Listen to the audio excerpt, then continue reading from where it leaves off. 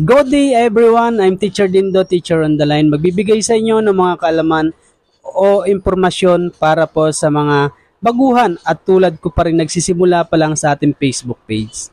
Kalimitan mga idol, nagkakaroon tayo ng problema, nagkakaroon tayo ng violation sa ating mga comment section. Hindi natin alam kung bakit tayo nagkakaroon ng violation, yun pala dahil sa mga comment. Isa dyan ay ang spam message. Pangalawa, yung mga link na ibinababa sa ating mga comment. Pangatlo, yung mga image na bawal po sa community guidelines. Tulad ng sticker. Hindi naman po lahat ng sticker bawal po. Meron lang sticker talaga na hindi angkop para po sa community guidelines. Iwasan po natin yung mga video na ina-upload sa ating mga comment. Paano natin makukontrol yan? Kasi kung ma-uploadan kayo ng video na medyo sensitive, yari po tayo dyan. Yung mga link na medyo sensitive, yung mapupunta ka dun sa mga video na hindi ka aya-aya. So, bawal na bawal po yan. First, nandito po ako. I'm Teacher Dindo. Tuturuan ko po kayo paano natin makukontrol yan. Okay, let's go. Proseso, pasok. Yun nga guys, punta kayo dito sa inyong Facebook, no? So, dito sa inyong Facebook, punta po kayo dito sa inyong profile. So, pagpunta niyo dito sa profile, punta naman po kayo sa professional dashboard. Okay, ayan. Nagro-loading. So, pagpunta niyo dyan sa professional dashboard, hanapin niyo lang po ay ang, ayan, simmer natin, moderation assist. Ayan, diyan nyo guys makikita yung mga pagpipilian nyo. So, ngayon nga po, wala pa po akong moderation. Hindi pa ako So maglalagay ako, unahin ko na po mga idol, pipindutin ko itong add. Ayan, sa add, makikita nyo dito, number 1, no friends or follower. Wala siyang friends, wala siyang follower. So, ikokontrol natin yan, baka idol ay hindi siya tunay, o dami account lang po yan, o baka gawa-gawa lang na Facebook. So, hindi natin tinotolerate na pumasok sa ating account, no? So, yung new account, ito yung padalawa. So, ilagay natin to. Add natin. Save criteria. So, ayan, pumasok na siya mga idol. Nandito na. Meron na siya. So, dagdag pa tayo. Madami po ito. New account, hindi po natin yan. Pwede po yan kasi maraming bagong account ngayon. Siyempre, papayagan naman natin pumasok yan sa account natin, no? No profile picture. Ayan. Walang profile, baka yan ay mga robot o ano pa man, o baka yan ay kunwaring Facebook lang. So, i-add natin yan. Hindi yan makakapunta sa atin. So, hindi natin tinotolerate yan. Nakita nyo na? Author does not have profile picture. Does not have any friends or followers. Di dalawa na. So, dadagdagan pa natin yan mga idol. So, nandito new account. Okay, repeat offender.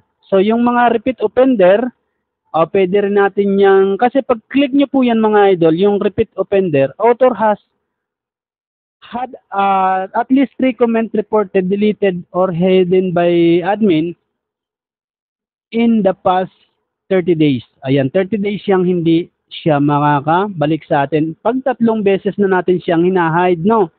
Ayan, yun yung kanyang penalty. So, ilagay natin yan. Ayos yan. Pwede yan. Kasi mayroong makukulit talaga. May makukulit na mga viewers. Okay, next. Ayan. Kasi nga, pag paulit-ulit yung comment, pwede tayong ma-spam.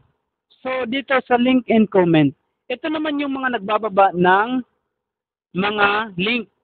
Sunod-sunod. Sabi ko, limit lang pagbaba. Hindi siya mapigilan. So, ganyan ang gagawin natin. Hindi siya makakapagbaba. Ayan. Okay, hindi siya makapagbaba ng link. Kasi nga, pag nakita tayo na may nagbababa ng link sa ating mga live, naku, matitigil ang live natin. Napapalo tayo ni Lolo. So, ayan. Next. Dito naman po tayo sa image and comment. So, meron kayong mapapansin mga idol na nagko-comment na image lang. Meron akong kilala na ganyan, nagkaroon ng violation. Sticker lang yan po, idol ha. Para siyang kabayo na mayroon parang sungay.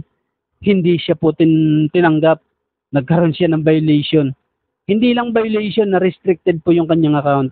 Kaya nga po mga idol, hindi ko naman sinasabi lahat ng sticker ay bawal. Meron lang talagang mga sticker na hindi pwede. So, dito natin magagamit yan. Image and comment. Open lang po natin yan. Add to moderate assist. Okay. Next. At add na naman tayo. Meron na tayong ilan? 1, 2, 3, 4. May 5 na tayo na ano.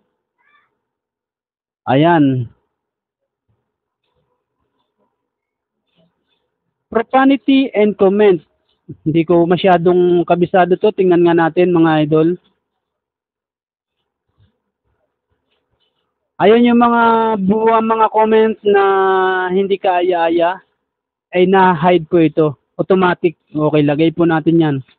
So, may na po yung may ganyan. Para tayong may merong kung sa YouTube, meron tayong Nightbot. Siya yung tagaharang, tagasala ng mga comment natin. Okay, next.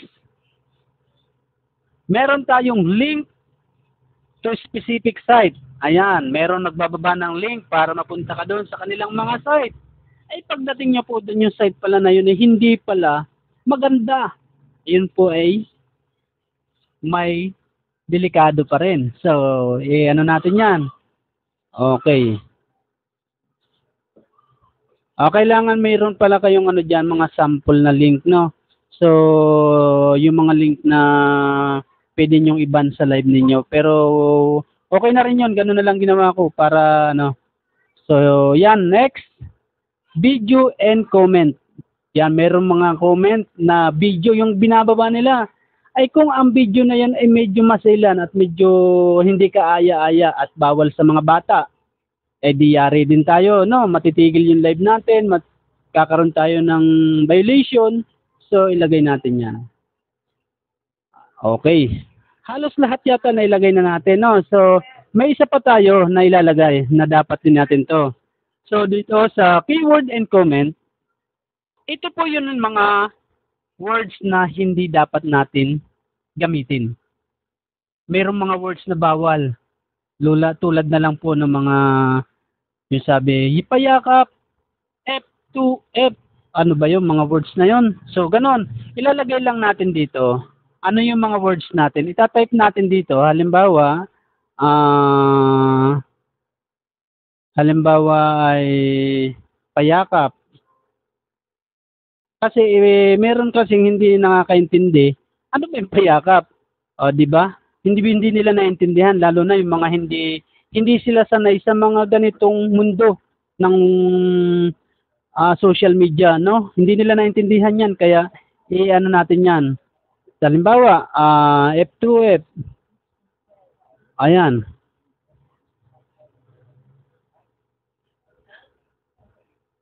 Ayan, iano natin yan. O, yan. Bakit F2T? Okay na rin yan. Sample ko lang naman yan mga idol, no? So, yan ay nailagay na natin. Ayan, add moderate na natin. Sa lahat na magdo-comment na payakap at F2F dito, hindi po siya makikita. Magugulat na lang kayo. Idol, hindi ako makita. Comment na po ako ng comment. Hindi nyo pinapansin. Kasi po, naka-hide kayo. Kontrolado ko yung mga comments ninyo na ganon. So, yun. Sana po mga idol, makatulong po itong video na ito para sa inyo. So, ito, makakatulong ito para maiwasan po natin yung mga restrictions sa ating mga Facebook account, Facebook page, sa ating Facebook Live. So, yun lamang po mga idol. At huwag niyo pong kalimutan i-follow para maturuan ko pa po kayo ng iba't ibang impormasyon dito sa ating Facebook account. Thank you very much po. God bless.